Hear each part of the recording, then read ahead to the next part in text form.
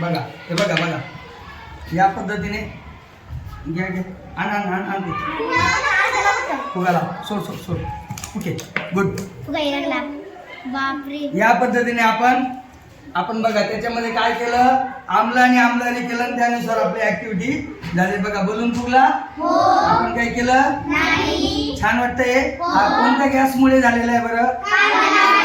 very good आपण carbon dioxide बघा त्याच्यामुळे तयार झाला तो व्हेरी गुड हे आम्ल आणि दुसरं आम्लारी याची काय झाली अभिक्रिया झाली अभिक्रियेमुळे हा जो बलून आहे याच्यामध्ये कार्बन डायऑक्साईड वायू तयार झाला आणि त्यामुळे आपला जो बलून आहे तो बलून फुगला ठीक आहे टाळ्या वाजवा सर्वांनी तुम्ही सुद्धा करू शकता फक्त आम्लाच्या ऐवजी तुम्ही विनेगर वापरायला लावलं तुम्हाला ठीक आहे ते विनेगर म्हणजे काय असतं ऍसिटिक आम्ल असतं काय असतं ऍसिटिक आम्ल असतं लक्षात आलं त्याच्यात पाण्याचे प्रमाण मिक्स केलं तर विनेगर हे तयार होतं अशा पद्धतीने घेतला ओके इथं ठेवलं आपण याला आपण बॉटल मध्ये टाकूयात पहिले हा रिएक्शन कधी होईल जेव्हा आम्ल टाकू आपण तेव्हा आता हे नुसतं हे टाकल्यावर होणार नाही टाकून आपण ऍड करूया त्याला ऍड करायला आपल्याला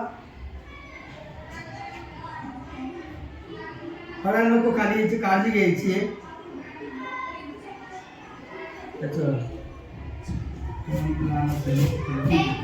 टाकला आपण सोडा त्यानंतर आता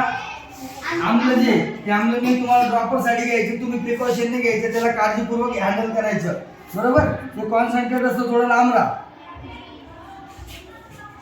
आता काय करूया आपण ऍडिशन करूया याची ऍडिशन करूया जेणेकरून कार्बन डायऑक्साईड वायू बाहेर येईल आता ते बघा मिक्स पूर्ण झालेलं आहे झालं मिक्स आता त्याच्याने आपण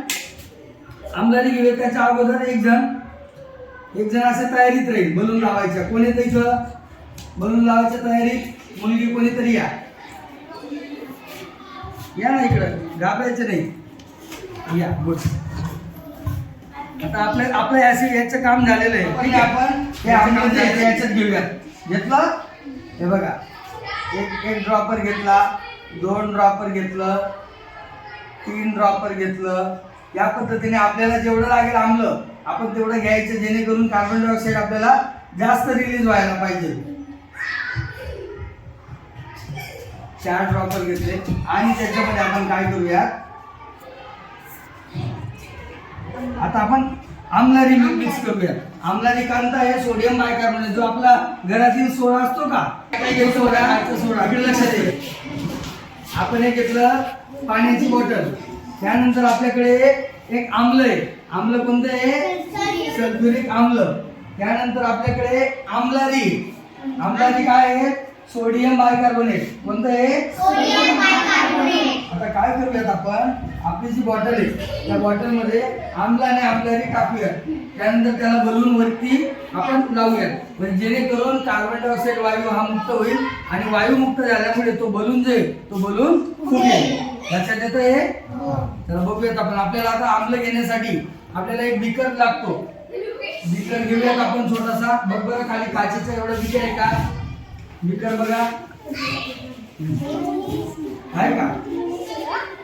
हा बघा हे पण चालेल प्लास्टिकचा पण चालेल काय हरकत नाही आणि एक ड्रॉपर होता बघा ड्रॉपर